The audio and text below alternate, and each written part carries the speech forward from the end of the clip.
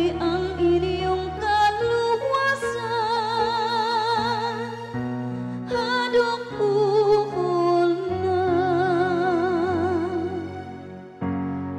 maayo ug matarong ang Ginoo. Sa ingon niini nagapakita siya ngadto sa makasasala sa agianan. Nagatultol siya sa mapaubsanon ngadto sa katahanon. Nagatudlo siya sa mapaubsanon sa iyang agianan.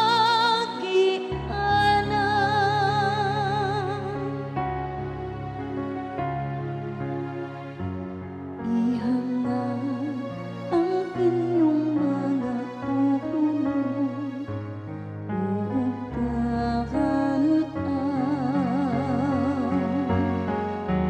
kagay ang inyong kaluwasan, hadukol na ang tanang mga dalan sa Ginoo, maayo ug makanunayo.